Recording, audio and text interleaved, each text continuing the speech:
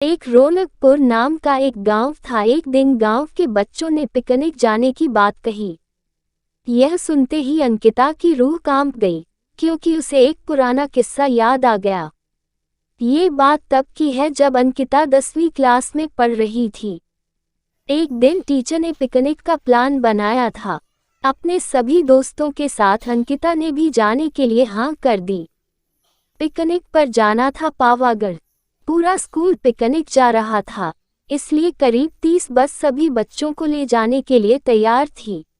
अंकिता अपने दोस्तों के साथ सबसे पीछे वाली बस में बैठ गई। सभी हंसते मस्ती करते हुए बस से जा रहे थे। तभी कुछ दूर जंगल के पास पहुंचकर उसी बस से तेज आवाज आई।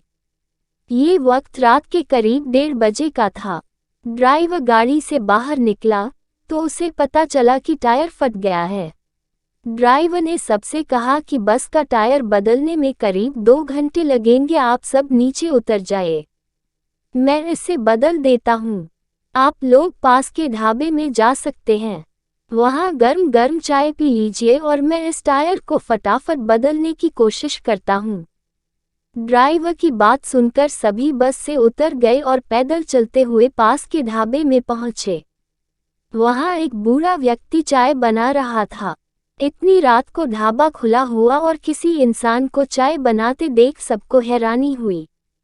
उस बूढ़े इंसान ने कहा, आप सब चाय पी लीजिए, यहाँ अक्सर लोगों की गाड़ी खराब हो जाती है, इसलिए मैं भी अपना ढाबा हरदम खुला रखता हूँ।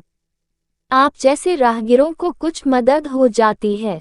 उनकी बात सुनकर सबने चाय का ऑर्डर दे दिया। उन्होंने कुछ ही देर में सबके लिए चाय बनाकर मेज पर रख दी। चाय पीते हुए अंकिता की आंखें एकदम ढाबे की छत की तरफ गई। वहां अंकिता ने एक औरत को सफेद रंग की साड़ी में खुले बाल लहराते हुए देखा।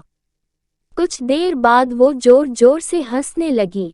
भले ही हंसने की आवाज किसी को सुनाई नहीं दे रही थी, लेकिन अंकिता ने उसे मुंह खोलकर हंसते हुए देखा था। ये सब देखकर अंकिता ने डर के मारे आंखें नीचे झुका लीं।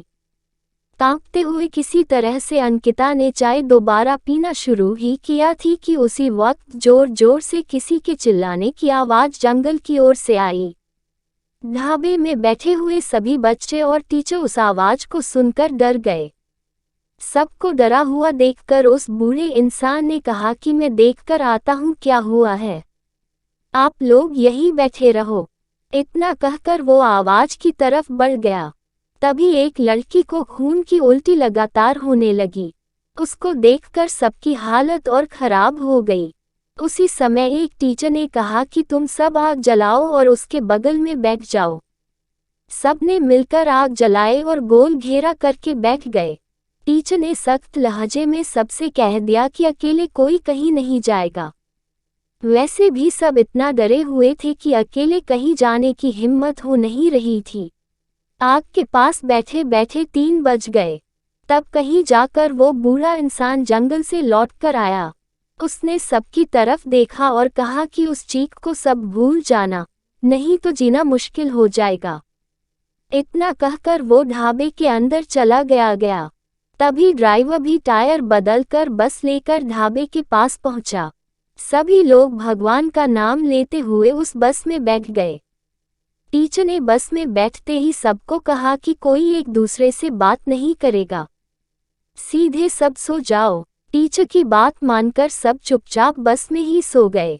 उसके बाद पिकनिक स्पॉट पर पहुंचे और करीब 1 हफ्ते बाद घूमकर आ गए।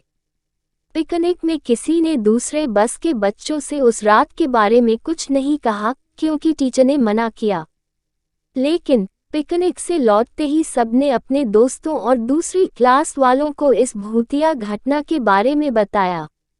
आज पिकनिक का नाम सुनते ही यही भूतिया ढाबे की कहानी अंकिता के मन में आ गई और बच्चों को पिकनिक भेजने से उसे डर लगने लगा। इस कहानी से हमें ये सीख मिलती है, बीती घटनाओं को भूल जाना ही अच्छा है, नहीं तो जीवन भर वो घटना डराती रहती है। ऐसी ही वीडियो देखने के लिए चैनल को सब्सक्राइब करना नहीं भूलना।